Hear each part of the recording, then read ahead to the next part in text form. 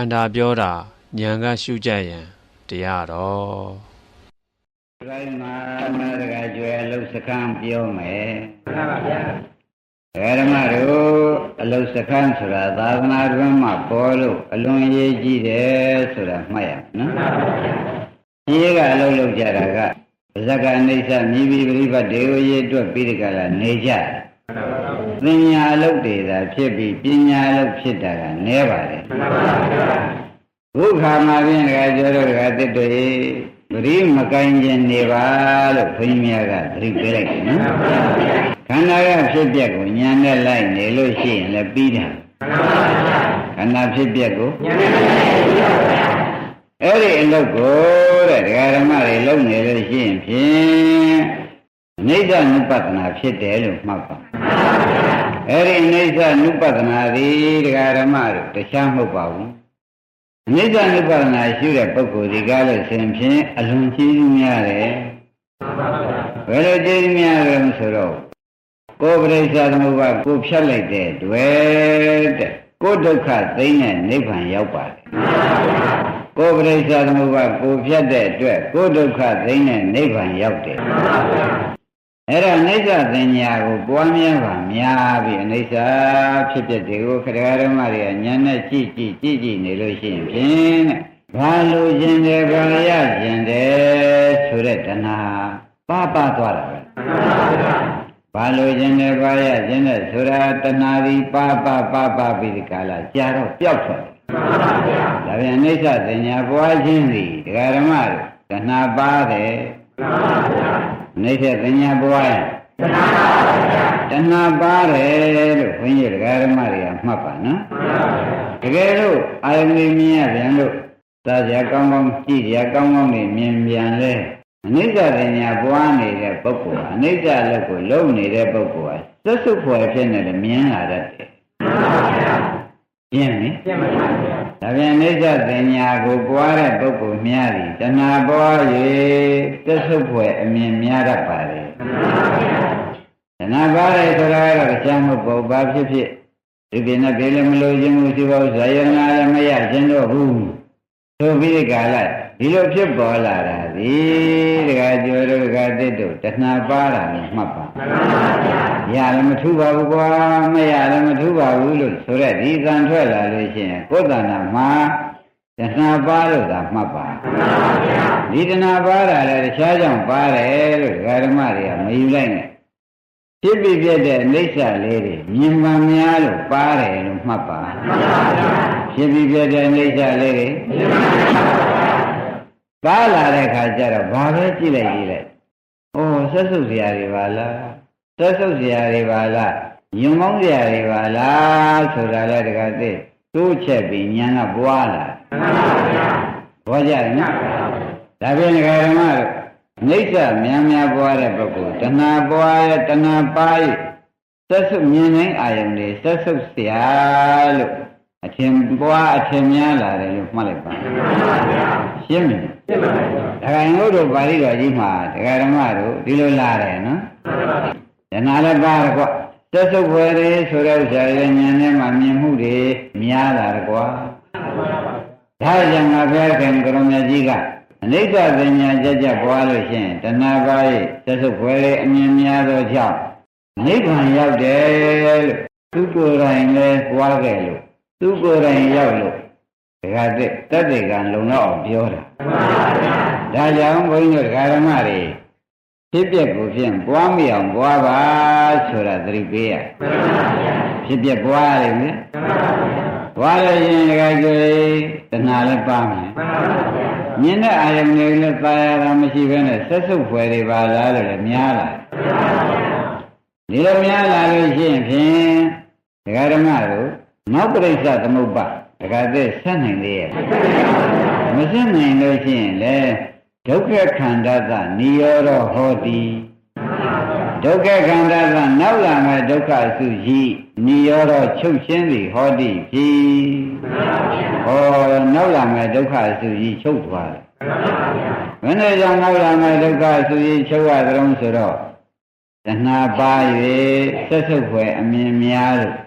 နောက်လာတာတွေကိုလာမှာကိုယ်ပဲတခါတည်းဓမ္မတွေဘုန်းကြီးကအနိစ္စအမြင်များတဲ့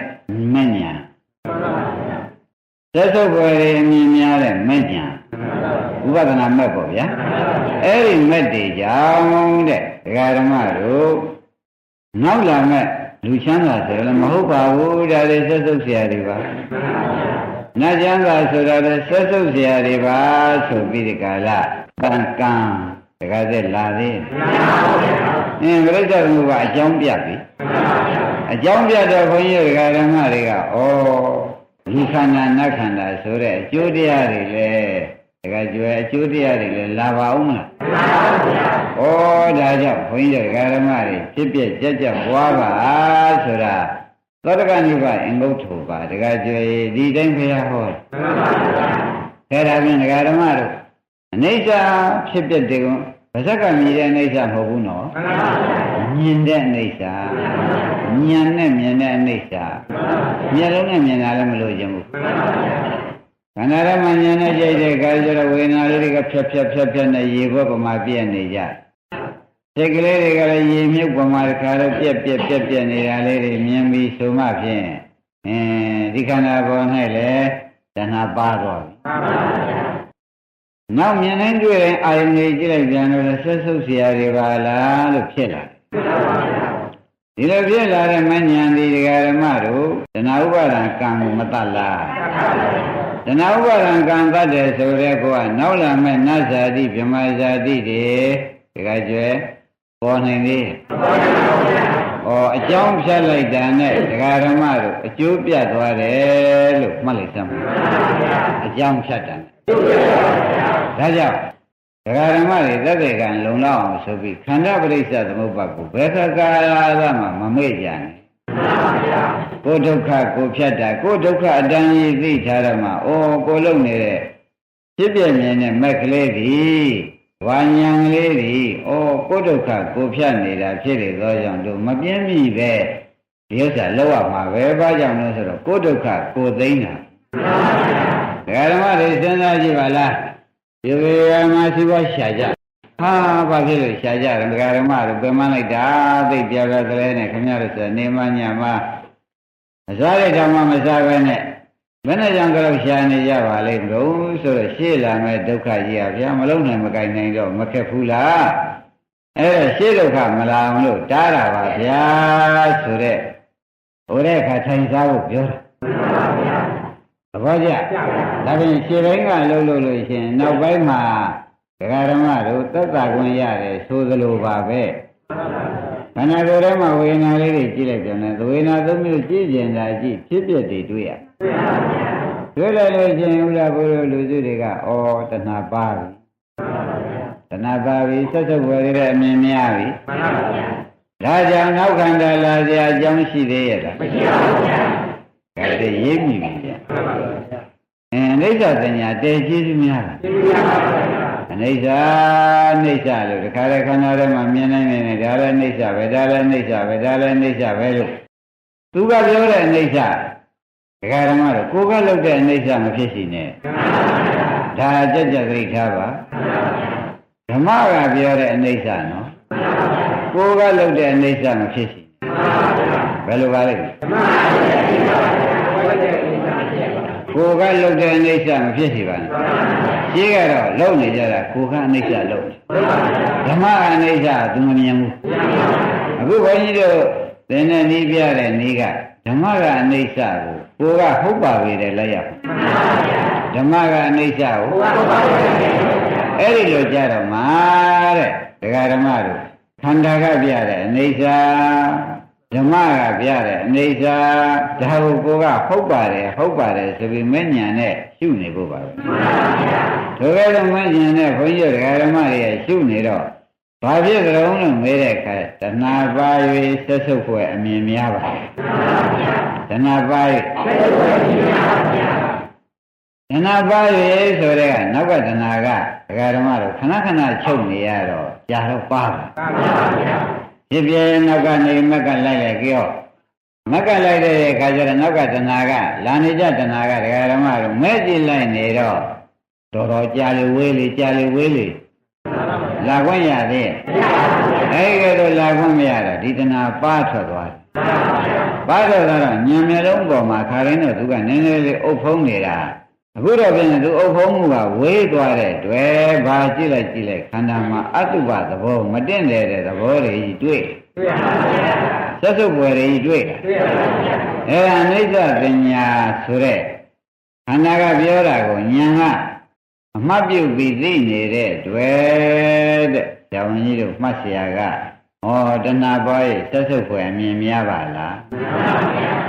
ရှင်းပါဘူး။ဒါရင်ဒါဖြင့်ရုပ်ဖြစ်ပြဒီကားလို့ရှင်တည်ကျေးဇူးများပါလားဆိုတာတကားသက်ပေါ်သွားရှင်းပြီနော်ရှင်းပါပြီဒါကြောင့်အာရုံဓမ္မတွေခန္ဓာကပြောတဲ့ဖြစ်မှုပြမှုကိုဖြင့်ဉာဏ်ကကောင်းရင်လိုက်နေတဲ့အလုပ်ဟာနိဗ္ဗာန်ရောက်ပါလိမ့်မယ်လို့ဟောလိုက်ခန္ဓာကပြောတဲ့ဖြစ်မှုပြမှုဟာဉာဏ်ကကောင်းရင်လိုက်နေလို့ရှိရင်ဖြင့်အမှတ်ပြုလိုက်နေလို့ရှိရင်ဖြင့်နိဗ္ဗာန်ရောက်အောင်ကျေးဇူးဆောင်ပါလိမ့်မယ်သဘောပါကောင်းပြီဒါဖြင့်ဒီဥစ္စာပွားပြအောင်ပွားပါဆိုတဲ့အလုသမားတွေပြောရစိတ်ကြည့်ပြန်လဲစိတ်ကလေးကလည်းသူဘာပြောသွားမယ်သင်္လုံးဆိုရင်တကယ်သိဖြစ်ပြီးပြတ်ပါတယ်လို့ပြောသွားဝေဒနာကြည့်လိုက်ပြန်ရုပ်ကလေးတွေတကဥလာဘုရားကြည့်လိုက်ပြန်တော့အဲ့ဒါညာကကောင်းရင်လိုက်ပါမှတ်ပြုလိုက်ပါပြုလိုက်တဲ့နေ့တွင်လည်းတဏှာပါ၍ဆက်ဆက်ဘွားမြင်များပါလိမ့်မယ်ရှင်းမလားရှင်းပါပြီတဏှာပါ၍တဲ့ဖုဒ္ဓမာလားဆိုတာပေါ်လာပေါ်လာပါဘူးဒကာဓမ္မတို့ဒါဒိဋ္ဌဓမ္မအကျိုးပေးတာနော်ဒိဋ္ဌဓမ္မအကျိုးပေးတာဆိုတော့ဒကာသိတရားကုံတော်ထဲမှာကြည့်လိုက်ပါလားဒကာကျွဲအကာလိကောအကာလိကောခါမလင့်အကျိုးပေးမဆိုလားဗျာဒကာဓမ္မတို့ဘာလဲကြည်စမ်းဒကာဓမ္မတို့ကျွတ်တို့အပယ်ချမ်းမဲ့တဏှာသူပါရပြီကျွတ်တို့ပဲပို့နိုင်လေရဲ့ဒါအကာလိကောအခါမလင့်ကိုအကျိုးပေးလိုက်ပါတယ်လို့မှတ်ပါအခါလင့်သေးလားအခုရှုလိုက်တယ်အခုပါတယ်အခုပါလို့ရှင်ဒီတဏှာဥပါဒံကံအပေရှာတိဆိုတာတကယ်သက်လာနိုင်ပြီဒါဖြင့်ဓမ္မဂုဏ်တော်6ပါးထဲမှာလေအကာလိကောအခါမလင့်ကျိုးပေးဆိုတာနဲ့လေတခါတည်းသွားပြီးညီညွတ်တဲ့အတွက်ဘုရားရှိခိုးတော့လေအကာလိကောဆိုတော့ဩပွားမှကျိုးပေးတာကိုပွားမှနော်ပွားမှကျိုးပေးတယ်ရွတ်နေရင်သမထပါရွတ်နေပွားနေရင်ဥပဒနာရွတ်နေပွားနေဒါဖြင့်ဒကာကျေဘုန်းကြီးဒကာဓမ္မတွေသမထနဲ့ဥပဒနာဆိုတာသမထကသာသနာ့ဘတရားဝိပဿနာကသာသနာတွင်တရားရှင်းမလားဒါနဲ့ရုပ်ဖနေရတာနဲ့ဉာဏ်နဲ့ကြည့်ပြီးပွားနေရတာနဲ့တခါသိချိန်တော့ဘုရားကျေးဇူးများပွားနေတော့မက်ဆိုင်တယ်ရွတ်နေတော့တမာရိတည်တယ်ဒါကွာသွားရွတ်နေတော့တမာရိတည်တော့သမထသွားဖြစ်ပွားနေတော့တခါတော့မက်ဆိုင်တော့ကိုဘာဝနာဖြစ်ပါတယ်ဝိပဿနာဘာဝနာဖြစ်ပါတယ်ရှင်းလားအဲ့ဒါကြောင့်မသိသေးတဲ့ဒကာဓမ္မတွေကြတော့ဒါလေးပဲအကာလိကောလို့ရွတ်ပြီးနေတာကများဘုန်းကြီးကတော့ကောင်းကြတဲ့ကောင်းတာကိုသာသနာ့တွင်ဖြစ်နေလို့မသိတာကိုသိတာဖော်ပြရတဲ့ပုဂ္ဂိုလ်တူတယောက်လည်းဖြစ်နေလို့ဒကာသက်ပွားနေတာကောင်းတယ်သူ့ဟာသူကြိုးပေးသွားလိမ့်မယ်ရှင်းလားသူ့ဟာသူကြိုးပေးသွားရင်ခင်ဗျားတို့ကဘွားရုံပဲသူ့ဟာသူကြိုးပေးသွားမယ်ဆိုတာကိုရှင်း납ကောင်းပြီနေရာကြပြီနော်ခိုင်းတယ်ဗျာဖြစ်ပြီးပြတ်တာဟာလဲဒုက္ခသစ္စာပဲဖြစ်ပြီးပြတ်တာဒုက္ခသစ္စာပါဗျာဩဒါဖြင့်ဖြစ်ပြမြင်မြန်တော့လေဒုက္ခပွားနေကြတာပဲဖြစ်ပြမြင်မြန်တော့ဒုက္ခပွားနေကြတယ်ဒုက္ခပွားနေကြပြန်တော့လေတဲ့ဒကာဓမ္မတို့ဒေါသပါတော့ ဒေါသတွေဘယ်နဲ့ဖြစ်ဒေါသတွေပါပြီးဒီကလာတဲ့ဘာတွေဖြစ်လာတော့ဆိုတော့ကြောက်တတ်တဲ့ဉာဏ်တွေပေါ်လာဟောဒီခန္ဓာကြီးမျိုးရတာကြောက်เสียကြီးပါလားဒီခန္ဓာကြီးမျိုးရတာကြောက်เสียကြီးပါလားလို့ဆိုပြီးဒီကလာဒေါသပါပြီးဒီကလာဘယဉာဏ်တွေပေါ်လာဒေါသပါပြီးတော့ဘယဉာဏ်ဆိုတဲ့ကြောက်တဲ့ဉာဏ်တွေဒကာဓမ္မတို့တခါတည်းပေါ်လာ30ဘုံကြည့်လိုက်ပြန်တော့အိုးဟိုဘုံမှာလဲဒုက္ခသစ္စာကြီးနဲ့ပါလားဒီဘုံကြည့်လိုက်ပြန်လဲဒုက္ခသစ္စာကြီးနဲ့ခန္ဓာကြည့်လိုက်ပြန်လဲဒုက္ခသစ္စာကြီးနဲ့ကြောက်เสียကြီးပါလားဆိုတဲ့အခါဖြစ်ပြဒုက္ခကိုကဒုက္ခလို့ရှုနေလိုက်ပြန်လို့ရှိရင်လေဒေါသပါ၍ကြောက်တဲ့ဉာဏ်ပေါ်လာပါဒေါသပါ၍ရောက်တဲ့ဉာဏ်ပေါ်လာတယ်ဆိုတော့ဘယဉာဏ်ပေါ်လာရှင်းဒါဖြင့်ဘုန်းကြီးတို့ဓမ္မတွေဖြစ်တဲ့တလုံးနဲ့ရှုတာဒီတဲ့တဏှာလည်းပါ၏ဒေါသလည်းပါတယ်ဆိုတာသိကြတယ်တဏှာဒေါသပြင်းညကောင်းပြီတဲ့ဘုန်းကြီးတို့ဓမ္မတွေဖြစ်တဲ့တစ်ခုဟာအနိစ္စလဲတကယ်သိဟုတ်တာဒုက္ခသစ္စာလဲအဲ့တော့ဒီဉာဏ်လုံးဟာဓမ္မတို့ကိုယ်အနိစ္စရှိရှိဟောမမြဲပါလားလို့ဆိုလိုက်ပြန်လဲတဲ့လောဘနဲ့ဆက်စုပ်ွယ်တွေအမြင်များဟောတဲ့ဒုက္ခသစ္စာတွေပဲဖြစ်ဖြစ်တယ်လေဒုက္ခသစ္စာတွေပဲဖြစ်လိုက်ပြက်လိုက်ဖြစ်လိုက်ပြက်နေတာကိုယ်ခန္ဓာဒုက္ခတွေမိမိဒုက္ခတွေဆိုတာတကယ်ကျွဲရှင်းတယ်တကယ်လည်းဒေါသကပါဒေါသပါသွားတဲ့ပြမသံဃာကြီးကိုတခါတည်းဘယ်ပုံကြည့်လိုက်ဒီလိုကြီးနေမှာပဲဆိုတော့ကြောက်တက်လန့်တတ်တဲ့ဉာဏ်တွေတခါတည်းသက်ပေါ်လာတယ်။ဩဒါဖြင့်ဖြစ်ပြဒုက္ခပေါ်ရခြင်းဒီကားလို့ဆိုရင်ဒေါသပါ၍အကြောင်းညာများတယ်ဆိုတာကိုလည်းယနေ့မှတ်ထား။သိဖို့တန်တယ်။ဒေါသကဖြစ်ပြဒုက္ခသစ္စာဘာလားဒုက္ခသစ္စာဘာလားလို့တခါကျော်ရပွားနေတဲ့ဥစ္စာဒေါသလည်းပါ30ဘုံရေးတဲ့ကကြောဘယ်ဘုံရကြံသေးကြောက်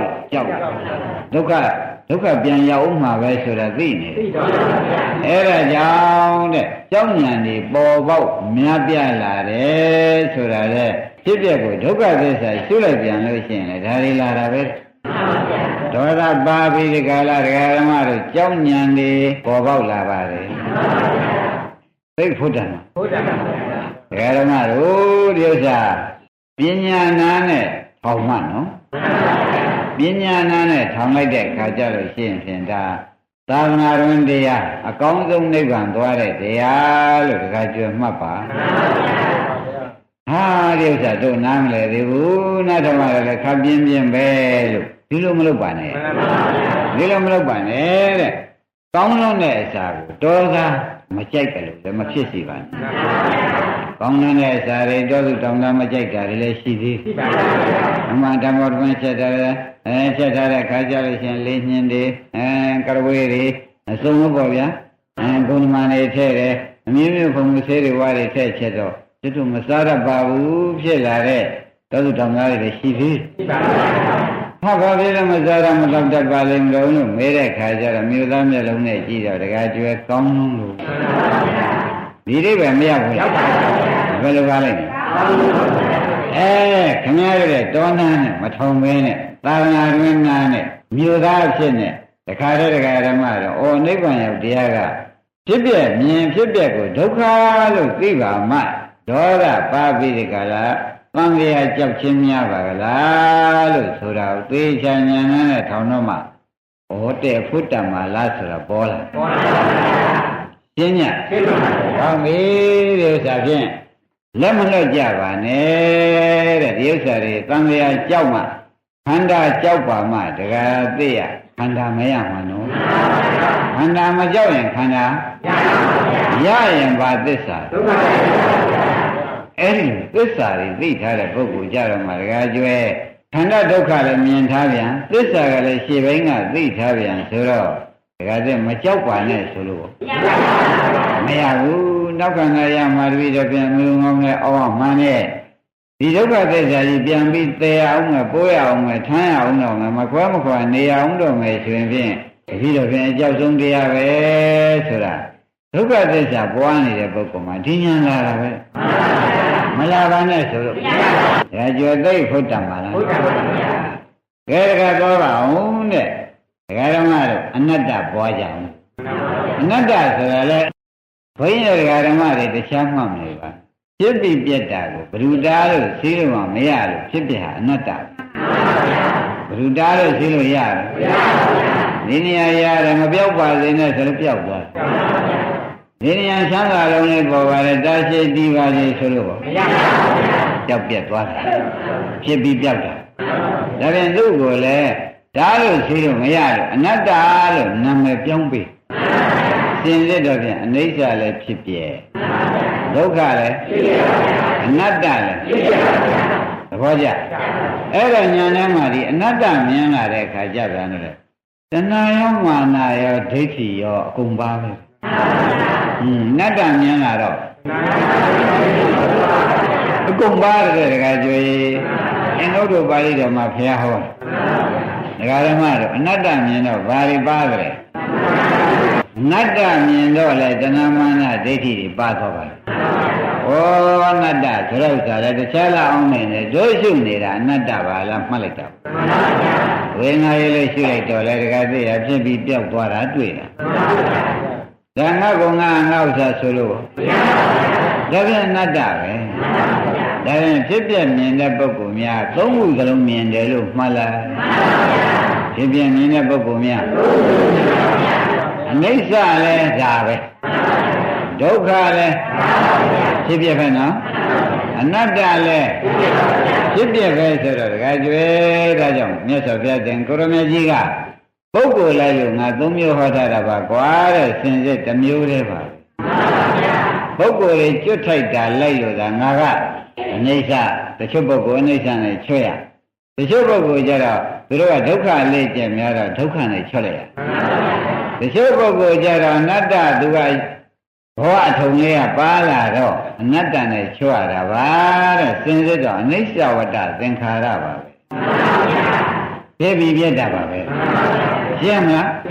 ဒါဖြင့်အားလုံးတရားနာကြတဲ့ဒကာဓမ္မတွေကတချို့ကအနိစ္စမှာနိဗ္ဗာန်ရောက်တယ်ဒုက္ခမှာနိဗ္ဗာန်ရောက်တယ်အနတ္တမှာနိဗ္ဗာန်ရောက်တယ်ပြောကျင်တာပြောနေတာအပူပဲလို့မှတ်လိုက်စင်စစ်တော့ပြန်အနိစ္စလည်းဒကာဓမ္မဒုက္ခသစ္စာဒုက္ခလည်းအနတ္တလည်းဘာဖြစ်လို့လဲဆိုတော့ခမည်းတော်ရှိရတာဒီခန္ဓာ၅ပါးမှာတော့တခြားရှိရရှိသေးရဲ့အဲ့ဒါဒီဥစ္စာက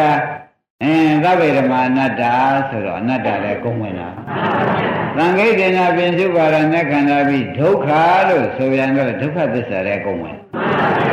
သဗ္ဗေသင်္ခါရအနိစ္စဆိုတော့သင်္ခါရတရားတွေမို့အကုန်အနိစ္စဖြစ်တာထူးသေးရဲ့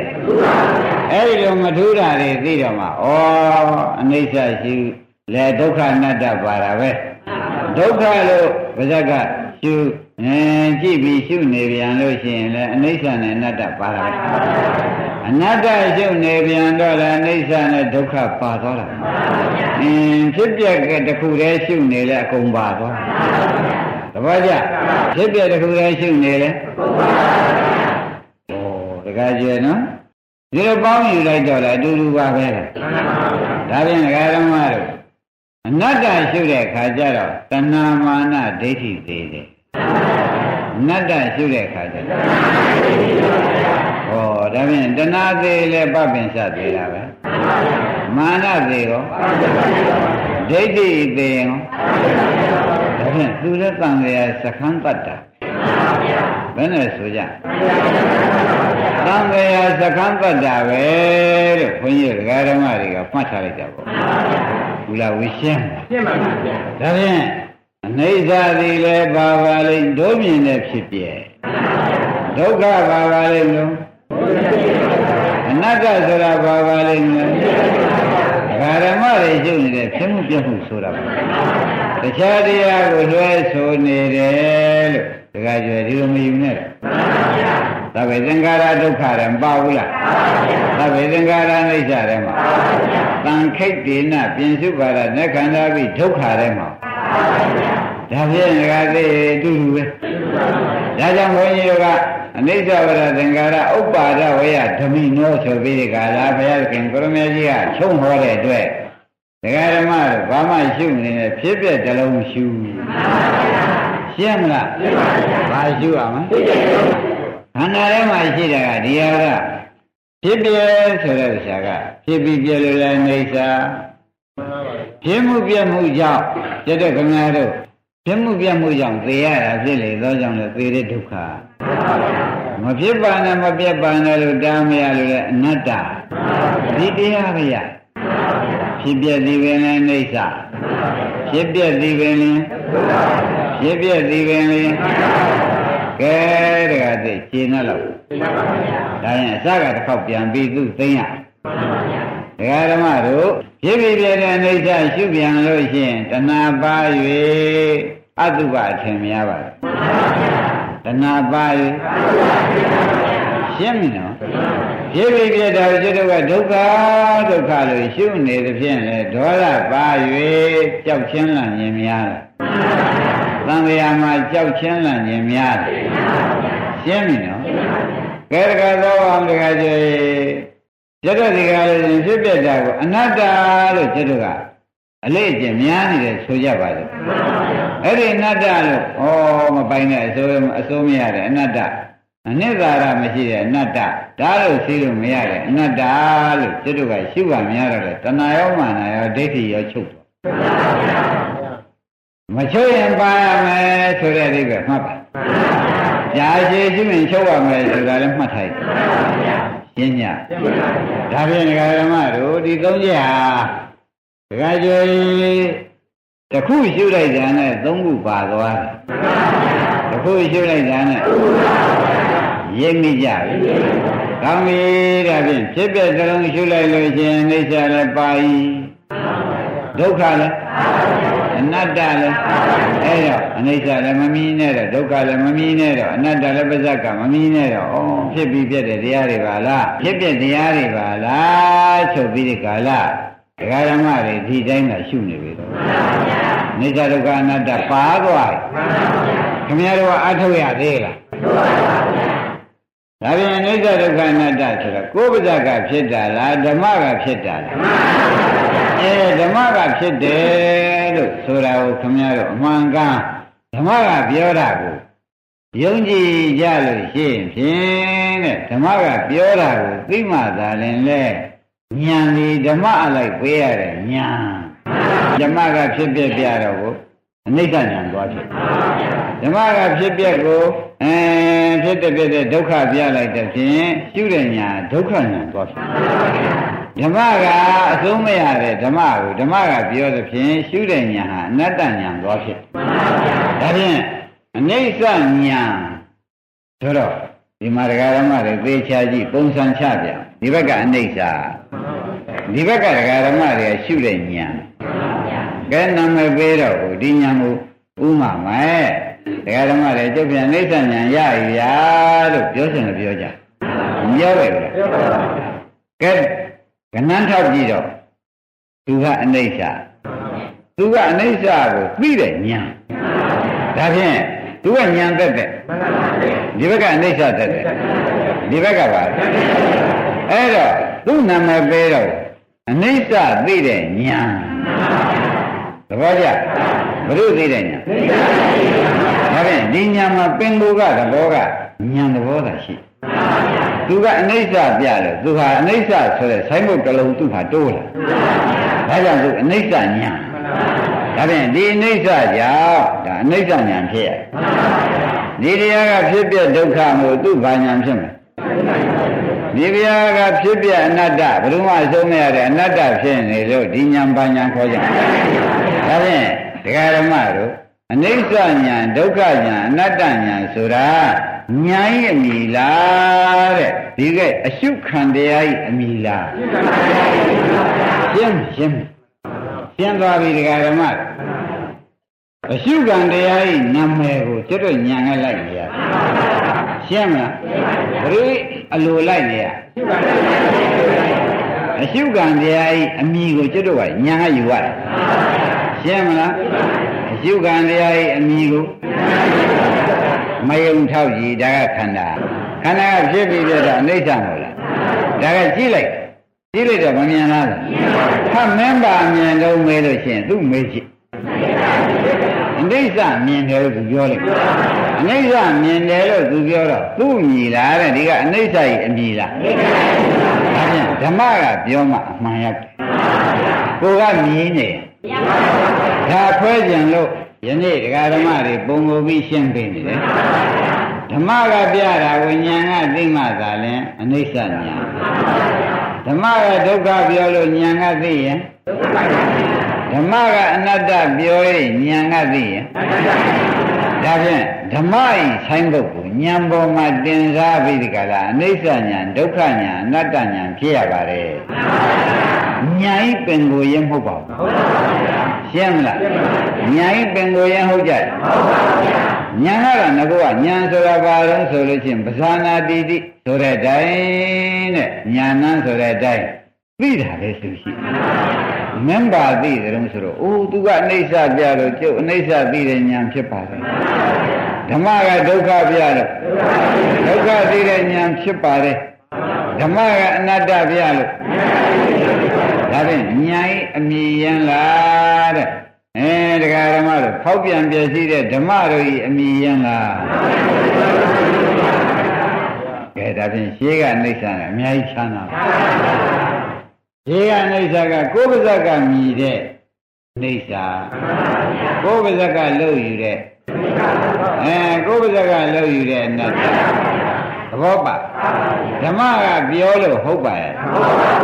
ဓမ္မကပြောလို့မဟုတ်ဘူးဆိုလို့ရှိရင်ဖြင့်သူကဉာဏ်ကိုကြသေးရဲ့သင်ညာပဲဖြစ်ဘယ်လိုများဖြစ်သင်ညာပဲဖြစ်သွားတယ်ဆိုတာဖြင့်ဒကာဓမ္မတွေရှင်းတော့ပါပြီဒါဖြင့်ဒကာကျေဓမ္မကမပြရင်ဉာဏ်ကတစ်ချက်မှခေါင်းမငိမ့်နဲ့တနေ့လုံးထိုင်ကြည့်နေ냐တော့လေဓမ္မကအနိစ္စတစ်ချက်မှမပြောလို့ရှိရင်ကိုကအနိစ္စဉာဏ်တစ်လုံးမှမရဓမ္မနဲ့ဉာဏ်နဲ့တည့်လို့ရှိရင်ဖြင့်ဒီဉာဏ်တွေဒီအနိစ္စကပြလိုက်တဲ့ဉာဏ်တွေဒီဒကာဓမ္မတို့အနိစ္စဉာဏ်တွေအများကြီးရဥပမာဘုန်းကြီးရှင်းပြမယ်ဒကာကျော်တို့ဒကာသိတုံမှတ်တာပေါ့ခုနကမှတန်တိုင်းကိုလုံးစိုက်ထားကိုးဆိုတာကျွတ်ပါဇက်ကဖြစ်တာလားတန်တိုင်းကြောင့်ကိုးဖြစ်လာတိဆိုတာလည်းတန်တိုင်းကြောင့်နှစ်ဆိုတာလည်းကိုးဆိုတာကျွတ်တော့ကိုးလုံးချင်လို့ဖြစ်တာလားတန်တိုင်းက1 2 3 4 5 9မို့ဓမ္မတို့ကျွတ်တော့မှာကိုးဆိုတဲ့အသိဉာဏ်ပေါ်ရှင်းပြီနော်ထို့သူပါပဲတဲ့ခန္ဓာကအနိစ္စပြမှာအနိစ္စဉာဏ်ရပါတယ်ခန္ဓာကဒုက္ခပြမှာဒုက္ခခန္ဓာကအနတ္တပြမှာဒါဖြင့်ကိုကတန်တိုင်းသဘောကိုဒီကနေရည်တွဲရရှင်းမလားဒါရင်ခန္ဓာကပြတာကိုဒီကဉာဏ်အမိပေးရခန္ဓာကအနိစ္စပြရင်ကျတို့မှာပဲဉာဏ်ရခန္ဓာကဒုက္ခပြရင်ဒုက္ခဉာဏ်ရတယ်ကျတို့မှာခန္ဓာကအနတ္တပြလိုက်တဲ့ဒါဖြင့်ကိုလုံးလို့ရတဲ့ဉာဏ်လားဓမ္မကပေးတဲ့ဉာဏ်လားဒါကြောင့်တခါကျွေဓမ္မကပေးတဲ့ဉာဏ်ဒီသာလျှင်ပရိစ္ဆေသမုပ္ပါကိုဖြတ်တဲ့ဉာဏ်ကိုဟာကိုလို့ယူတဲ့ဥစ္စာကတော့ဉာဏ်ကိုမဟုတ်ဘူးသင်ညာပါပရိစ္ဆေသမုပ္ပါမပြတ်နိုင်ရှင်းမလားဒါမနန်ရှင်းအောင်လို့လေတခါကျွေဥမာဥမေးရနေကွာဟောထားတာပဲရှင်းနှက်ကြဒါဖြင့်ဘုရားကြီးဓမ္မမမြင်သေးရင်ကိုကအနိစ္စလို့ကိုမရှုနဲ့နော်ဓမ္မမမြင်သေးဓမ္မကပြတယ်ကိုယ်သာလည်းကိုဉာဏ်ကမြင်လို့ဉာဏ်ပင်ကိုကကျုပ်ကသိတတ်ပါတယ်အမှန်ကန်သိတတ်တာဉာဏ်လို့မဆိုဘူးဒီဉာဏ်ကိုအနိစ္စဉာဏ်လို့ဆိုင်ဖို့ဆွဲရခြင်းဒီအနိစ္စကပြလို့အနိစ္စဉာဏ်ဖြစ်ရဒုက္ခကပြလို့အနတ္တပြလို့အဲ့ဒီဉာဏ်မျိုးမှဝိပဿနာဉာဏ် ဒီညာမျိုးမှဟိုကပြတာကိုဒီကကြည့်လို့ရှုလို့ဖြစ်တဲ့ညာဓမ္မကပြတာကိုကြည့်လို့ရှုလို့ဖြစ်တဲ့ညာကိုဝိပဿနာညာလို့ခေါ်သည်သဘောကျဒါဖြင့်သာရဒီလိုဆိုတယ်ဆိုတာမယူပါနဲ့ဓမ္မကဒီလိုဆိုတယ်လို့ပြောကြတယ်သဘောကျတချို့ကကျုံမြင်တာစာနဲ့မတည့်သေးပါဘူးလို့ဒီလိုမယူနဲ့စာကဘာမှမဆိုင်ဘူးစာကမှတ်တမ်းသာရှိဓမ္မကပြတာကိုညာမီပြောင်းရတာကိုထောက်ကြည့်ပါတော့ဓမ္မကပြတာကိုဒါပြန်ဒီညာဒီပင်ကိုကသူသိတတ်တဲ့သဘောသာရှိတယ်သူ့မှာအနိစ္စဆိုင်မှုဆွဲကြရမရှိဘူးမရှိပါဘူးဘယ်နဲ့ကြောင့်သူအနိစ္စညာလို့ဆိုင်မှုထပ်ဆွဲရတဲ့ုံလို့မဲတဲ့အခါကျတော့မှဓမ္မကအနိစ္စပြလို့ဘုရားဒီညာအမိပြောင်းတော့အနိစ္စညာလို့အမိပြောင်းတော့ဒုက္ခညာလို့အနတ္တညာလို့တကားတဲ့ဘုရုကြောင့်ပြောင်းရတာဒါဖြင့်ဓမ္မကပြောင်းလို့ရတဲ့ညာဖြင့်ကိုရတဲ့ညာဆိုတဲ့ဥစ္စာဓမ္မကပေးတဲ့ညာရှင်းမလားဘယ်သူကပေးတဲ့ညာမလဲဒါဖြင့်ဓမ္မကပေးတဲ့ညာသာဖြင့်တရားဓမ္မတို့ခန္ဓာထဲမှာပေါ်သောကြောင့်ခန္ဓာပရိစ္ဆေသမုပ္ပါဒ်ကိုဖြတ်ပါသဘောကျဓမ္မကပေးတဲ့ညာခန္ဓာထဲမရောက်ဘူးလားဒါဖြင့်ဒီညာသည်တခြားသောတရားတွေကိုတဏှာဥပါဒံကံတွေကိုတကားတဲ့မဖြတ်ဘူးလားဖြတ်ရှင်းဒါဖြင့်ဓမ္မကပေးတဲ့ညာမှဖြတ်တယ်ဓမ္မကမပေးတဲ့ညာဆိုလို့ရှိရင်ဖြင့်ဒကာဓမ္မတို့ဖြတ်ကုန်မဖြတ်နိုင်ဘူးသဘောပါဒါဖြင့်ဒကာဓမ္မတို့ညာမီယာပင်ကိုကတလုံးတည်းညာမဲ့သူဟုတ်ဘူးလားသို့တော့သူကပေါ်နေတာလားတဲ့ဓမ္မကအရင်ပေါ်နေတာဒါဖြင့်ဓမ္မကလုတ်တဲ့ညာဒီလိုလည်းမှတ်ပါဦးဘယ်လိုမှတ်ကြမလဲဓမ္မကလုတ်တဲ့ညာကိုဆူတောင်းလို့ရတဲ့ညာလားဓမ္မကပေးတဲ့ညာလားဒါဖြင့်တခါသေးတခါကျော်တော့ဘွားကုန်ပြီခင်ဗျားတို့ဟာလေဘာလို့ဒီစားစားပြည့်အောင်ဘောဆိုတော့မလုံလည်းမလုံခွန်းနဲ့သူ့ဟာသူပြည့်လာမှာဆိုတော့ဓမ္မကလည်းရှုလည်းမရှုတော့ဓမ္မကမပေးတော့ဒီဟာညံညံတုံးပြီးဒီကလာဒကာဓမ္မတို့ပျောက်ပြက်သွားတာဒါဖြင့်ဓမ္မကပေးတဲ့ဉာဏ်ကိုဓမ္မကိုရှုပါမှဒကာဓမ္မတို့သိတဲ့တိုင်းနဲ့ဉာဏ်စစ်ဉာဏ်မှန်ရမယ်ဒါဖြင့်ပါရမီဉာဏ်တရားဒကာဓမ္မတို့ကိုစုတောင်းယူလို့ရတယ်လားဓမ္မကပေးတဲ့တရားလားပါရမီလေးစားစားပြည့်အောင်တော့ကျွတ်တော့ဒီလိုလုပ်ရမှာပဲဆိုတော့သူဟာသူပြည့်လာတာလားဓမ္မကပေးမှပြည့်မှာလားတကယ်တည်းဖြောက်တော်ရှင်းမှုတွေဖြောက်တော့တကယ်ကြဖြောက်ရဒီညာကအလိုလိုလာတဲ့ညာလားဓမ္မကိုဓမ္မဘက်ကိုဓမ္မလာရင်ရှုမယ်ဆိုတော့ဝရိယလေးစိုက်ထားလို့ဒကာဓမ္မတွေတတိလေးထားလို့ဓမ္မလာတဲ့အခါဝရိယနဲ့တတိကအားပေးလိုက်လို့ပေါ်လာတဲ့ဉာဏ်ကိုဗျသူ့လိုလိုပေါ်တဲ့ဉာဏ်လားဓမ္မကြောင့်ဖြစ်တဲ့ဉာဏ်ဒါဖြင့်ပညာပါရမီဆိုတာတခါသစ်ပဲစဉ်းစားပါတော့အလိုလိုဖြစ်တယ်လားဓမ္မရှိမှဓမ္မကပေးတာလားဩဒီလိုတည်းအောင်မသိတဲ့ပုဂ္ဂိုလ်တွေအတွက်ဆရာဝန်ကြီးအာကြီးခက်အာကြီးခက်သွားပြီမင်းပါပြီဆိုတာသာပြည့်တာပေါ့မင်းအမင်းနေတဲ့ဖြစ်နေ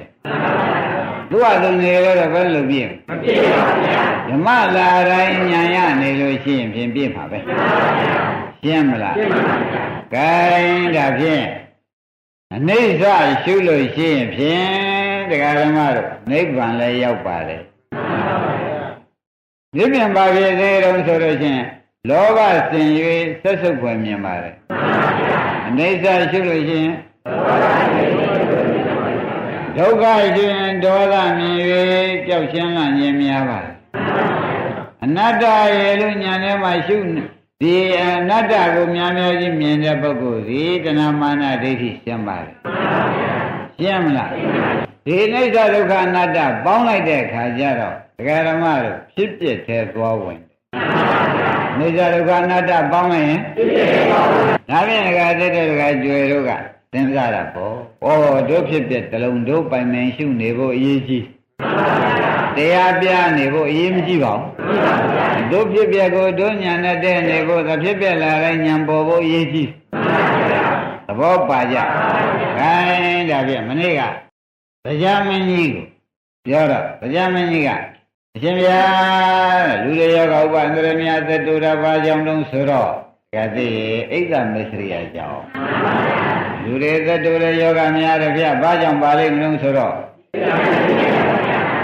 ဒါဘုရားဖြေပြီဒီကမစ္စရိယဘုရားဘယ်ကလာသလုံးဆိုတော့ဘုရားဘယ်နဲ့ဖြေရှင်းရှင်းမုံချင်းကလားရှင်ဗျာဒါတော့ရင်းမိပါပြီရှင်းရှင်းမုံချင်းရှင်ဗျာပြောလို့ရှင်းပါပြီဝိသိကိစ္စတွေသိပါပြီလို့သူပြောအဲ့ဒီရှင်းရှင်းမုံချင်းကဘယ်ကလာပါလိမ့်မလဲဘုရားလို့ချက်မေးဘယ်ကလာကြအဲ့ဒါဘုရားဖြေတယ်ခင်ဗျားတို့ပါဇက်ထဲရောက်နေတာအမှန်တန်ဖို့တန်တယ်ဘုရားဖြေတယ်ခင်ဗျားတို့ပါဇက်ထဲရောက်နေသောကြောင့်ဒကာဓမ္မတွေဒီဥစ္စာဓမ္မစေရီထိုက်တယ်မှတ်ပါဘုရားညာနေကိုယ်ဝန်းထဲမှာရောက်လာတဲ့ကဒီညာကသာပနာတပြန်သားတွေယုတ်တွေကဥဒ္ဒေဒီညာကသာပနာဖြစ်သောကြောင့်ခင်ဗျားတို့ဓမ္မစေရီထိုက်တယ်လို့ဆိုတော့မှတ်ပါခန္ဓာကိုယ်ကစေရီထိုက်ရင်းနေပြီနော်ဂိုင်းဒါဖြင့်ဌာနဘယ်ကလာကြုံလို့ဒကာသစ်တို့အာလုံးတရားတွေအလုံးတရားကဘုရားမေးဘူးလားမေးတော့ဘုရားဘယ်နဲ့ဖြေလဲဂိုင်းခင်ဗျားတို့ဒါနေ့3ရက်တိုင်းဒီတရားကြီးကိုနားနေရတယ်တွေ့တကကျွေးခန္ဓာကိုယ်စေရီထိုက်တာကိုသိဘူးလားဒါကြောင့်မမေ့တဲ့ပုဂ္ဂိုလ်မှာစေရီထိုက်ရှင်းပြီရှင်းပါဒီဝိတ္တကလည်းဒကာဓမ္မတို့ဘယ်ကလာကြုံဖေးရလို့တရားကမေးပြန်တော့လေတရားကပပင်စကလာတယ်လို့မဖြေကြဘူးဖြေပါဘူးဘောကြဒကာဓမ္မတို့ဒါမမေ့အောင်လို့ဒီနေ့တရားသိမ့်မဲ့နေဖြစ်နေလို့နော်ကဲဒကာသက်သွားပါအောင်ဒီပပင်စကလည်းဘယ်ကများလာပါလိမ့်ရှင်းဒါပြန်ဝေဒနာသုံးမျိုးကျွတ်တော့ကဖြစ်ပြရှုလိုက်လို့ဝေဒနာတွေအကုန်အိဋ္ဌဖြစ်လို့ရှိရင်ဖြင့်ဒီဉာဏ်ဒီအိဋ္ဌမြင်တဲ့ဉာဏ်ဒုက္ခမြင်တဲ့ဉာဏ်အနတ္တမြင်တဲ့ဉာဏ်ဒီတဏှာမာနဒိဋ္ဌိမသေးဘူးလားဒါသိရှင်းဝေဒနာသုံးမျိုးဖြစ်ပြရှုလိုက်တဲ့အခါတဏှာမာနဒိဋ္ဌိပဲနဲ့သိပါပါဘုရားတဏှာမာနဒိဋ္ဌိသိရင်ဝိတ္တကိုကြောင်မလားဝိတ္တမှမကြံမဲနဲ့သံဃာကောသံဃာမှမရှိဘဲနဲ့ချစ်ချင်းမုန်းခြင်းကိုချစ်ချင်းမုန်းခြင်းမှမရှိဘဲနဲ့အိဋ္ဌမစ္စရိယအိဋ္ဌမစ္စရိယမှမရှိဘဲနဲ့ယောဂများအသက်တူကိုရှိနေပါဘူးဒီလိုပฏิလောမလည်းပြန်လှည့်ရတယ်ဘာကြလားအမှန်တန်တကားကြွေဒီဒကာဓမ္မတွေမှာတော့ကျေးဇူးများလိုက်တာဖြင့်ပြောစရာမရှိဘူး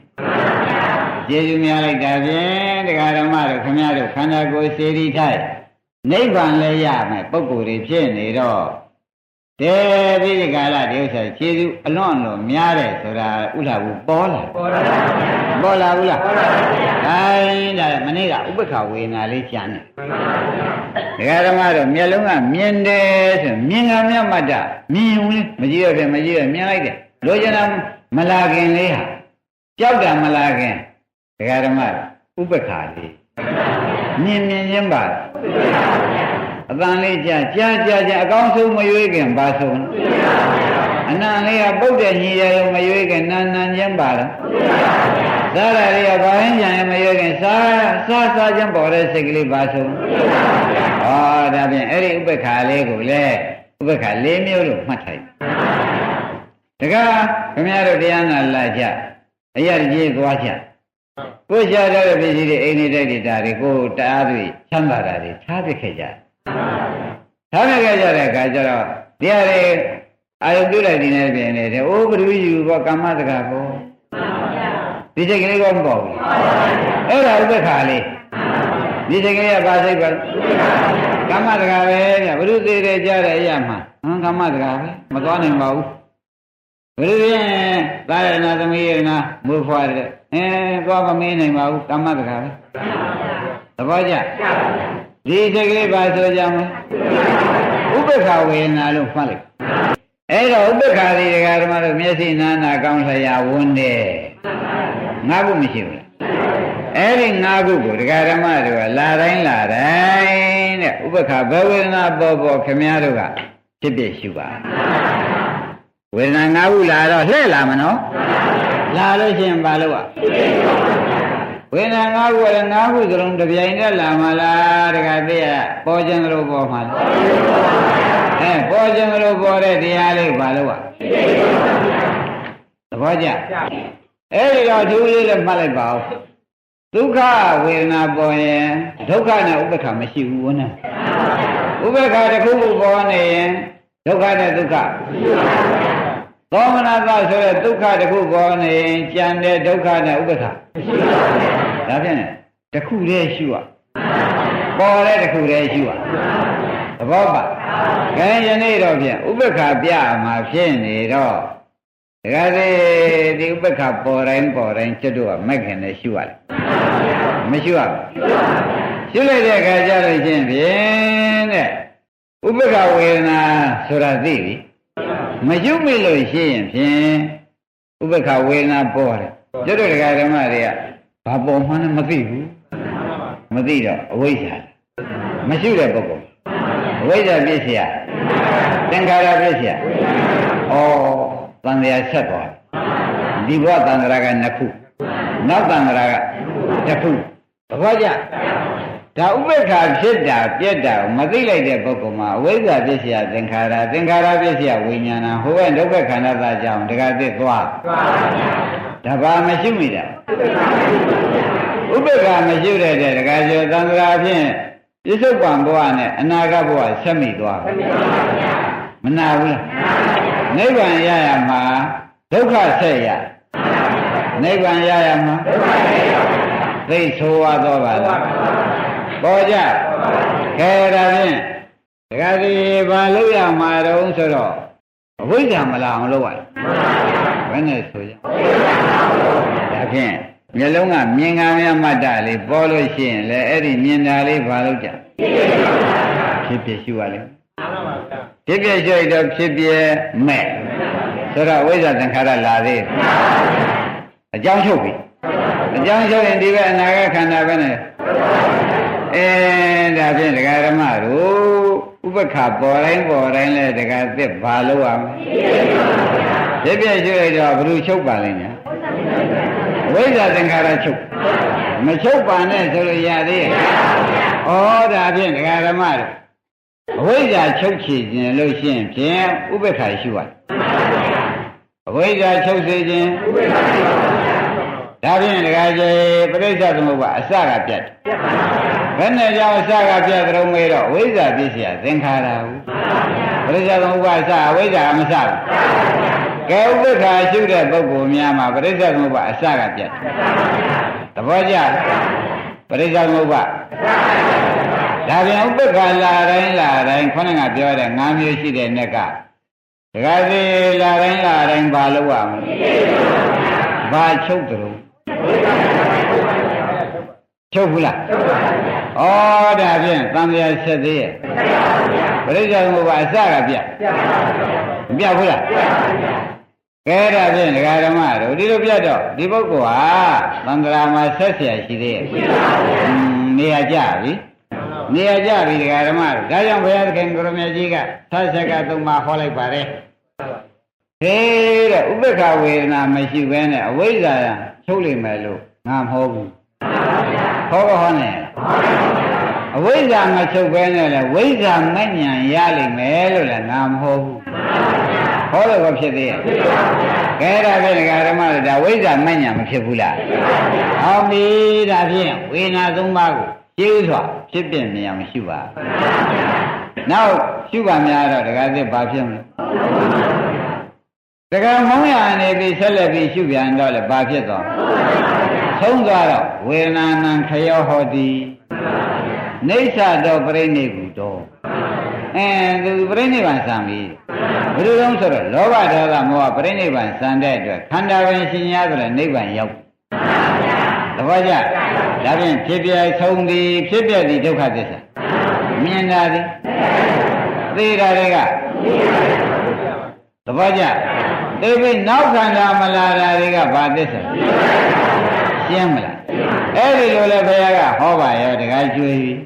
တရားပွဲကြီးတဲ့မှာနတ်တွေရောဘာတွေရောအကုန်အများကြီးမှာတရားကဒါလည်းနာပြီလို့သောတာပန်တည်ပါရဲ့ဖြတ်ဆိုသုတေရိတ်ကြသုတေရိတ်ကြပြီးကြလာတော့ခန္ဓာပြောက်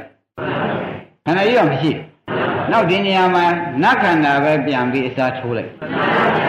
ဒါပြန်အသေးခန္ဓာနောက်ကအရှင်ခန္ဓာအစားထိုးလိုက်ရှင်ခန္ဓာအစားထိုးတော့သောတာပန်ခန္ဓာပဲသွားဖြစ်ဒါပြန်တရားမင်းကြီးသောတာပန်တွေကဒီမေးဒီဖြေတွေကြောင့်တည်ရတယ်ဒီဝေဒနာနေကုန်းချုပ်ပြီးလှုပ်လိုက်လို့တည်ရတယ်ဆိုတာသဘောကျဒါပြန်ဒကာဓမ္မတွေဒီဝေဒနာသုံးပါးသာလှည့်ရှုလို့ရှင်းဖြင့်သောတာပန်လည်းတည်ပါတယ်နောက်ခန္ဓာသေးပြန်လို့ရှိရင်အသေးချင်းသေးအထက်မှမရသေးသောတာပန်မပြန်ဖြစ်ရိပ်မိဗလားခါရင်လေးဒီရင်တော်ကြတယ်